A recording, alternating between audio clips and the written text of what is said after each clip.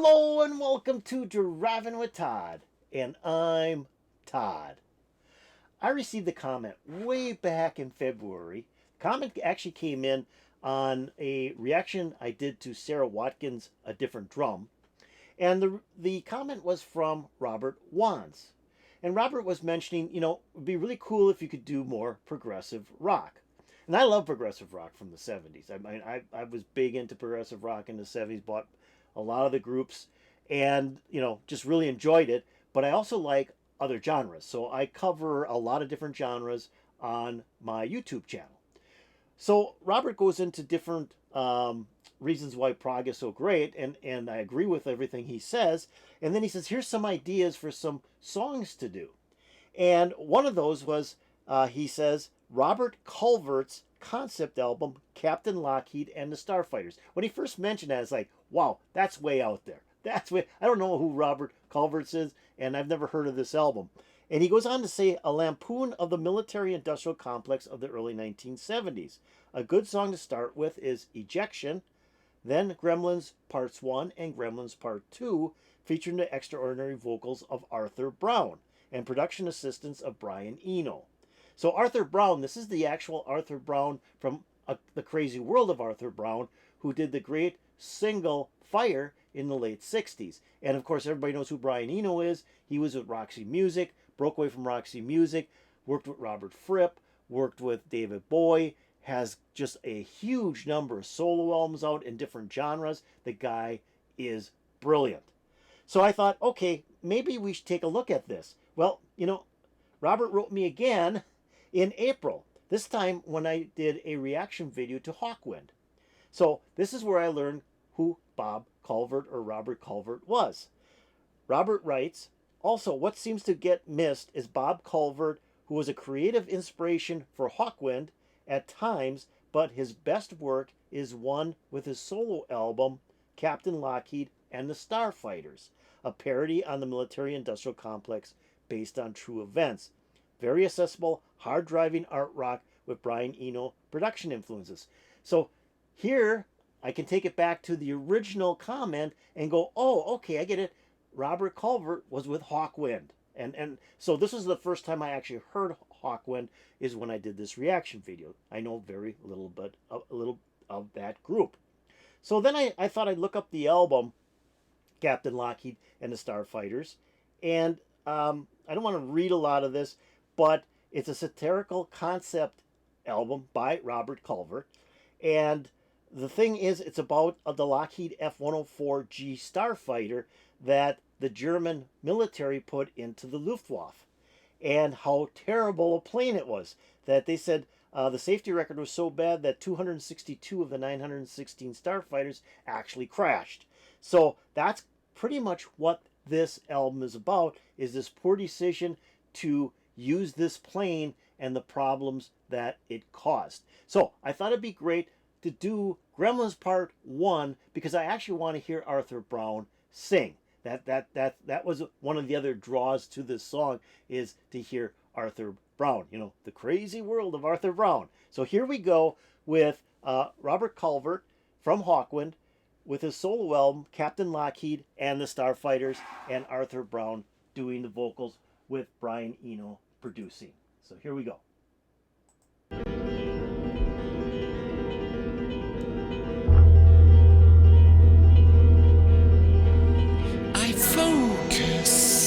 The magnifying glass that brought the downfall of Icarus.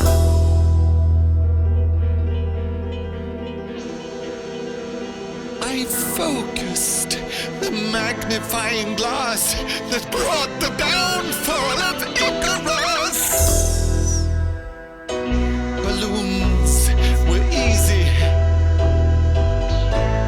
A simple pin.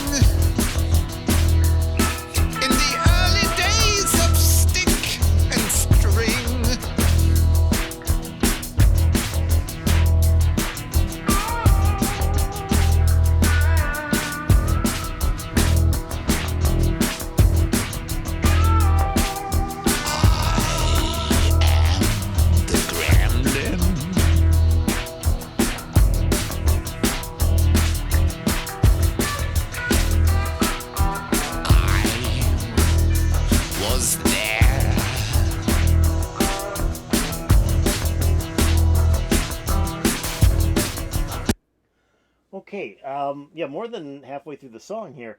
The beginning is pretty bizarre. Okay, I'm going to say that right off. The beginning is pretty bizarre. Now I'm just listening to one track from a very a multi-track album. I mean, how many tracks are on this album? I think there's quite a number. 17 tracks on this album. Some of them are shorter, but I'm pulling one track out of what you could almost consider kind of a rock opera, being all about Captain Lockheed and the Starfighters. And so I'm kind of just like, it's almost like a timestamp. So you're only getting a portion of what's really going on in this album. But just from what I'm hearing, is that beginning is sort of bizarre. Now, when I was listening to it, the beginning of this song, I'm thinking Jesus Christ Superstar, because there's a lot of unique styles of vocals on that rock opera. And it was like, this is something that could have been pulled easily from Jesus Christ Superstar. Then it went into kind of a cool instrumental piece where, okay, this, I can tell, yeah, this is progressive rock or art rock. They had the keyboard in there, and it's doing some really cool stuff. But then they get into the vocals again. So where I'm getting thrown is on the vocals. I was thinking a little bit different for Arthur Brown, but the vocals are kind of not where I'd want them to be for the music that's being played, because I think the music on this thing is really, really good. I'm just kind of torn on the vocals. So this is unique. Again, I want to just frame that to say, I'm pulling one song from 17 songs, and this is like one of the middle songs. I think it's number 8 on the album. So maybe this is something that you actually have to listen to from beginning to end to understand what's going on. So that's just my take on it so far. Let's see where this thing goes. Here we go. Was there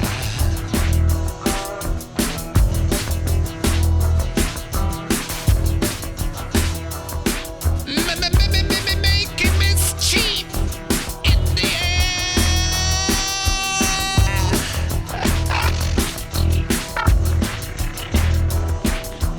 Always will be wherever man flies in the face of creation's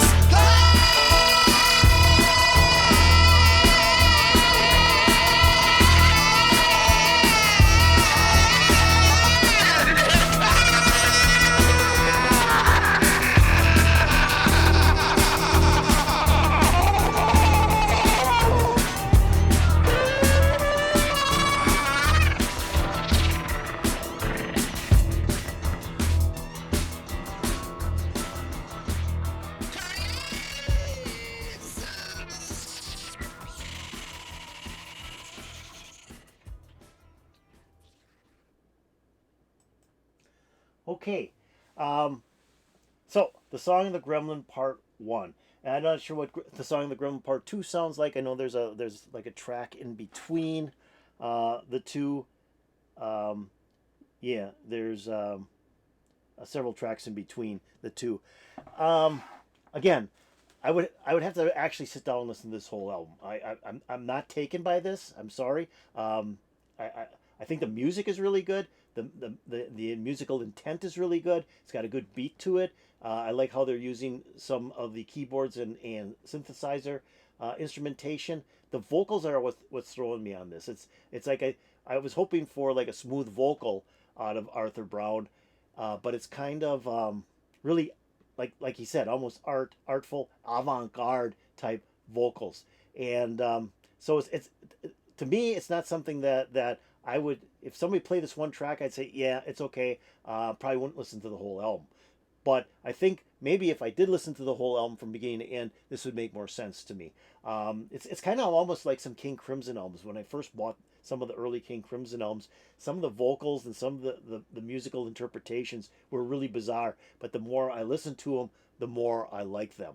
So it could be with this album as well. But with just this one listen, I have an uneasy feeling for it. And again, it's mostly because that beginning was kind of bizarre, and then the vocals weren't what I thought they were going to be. They were more like I say, avant-garde, where the music itself was really good. I mean, I thought the music piece of this thing was really good. So that's my take of something I've never, ever heard before. This is my first introduction to Robert Calvert as a solo artist, and the Hawkwind reaction I did about a month and a half ago was the first introduction to Hawkwind. So this is all kind of new to me, the style of music. But I just have to say, I'm not like overly excited about this song. I just have to be very honest about it. And again, maybe if I sat down and actually listened to the whole album more than once, I think I'd have to go through it more than once. I might find some really cool stuff in it that would make me really like this album. So that's my take on it.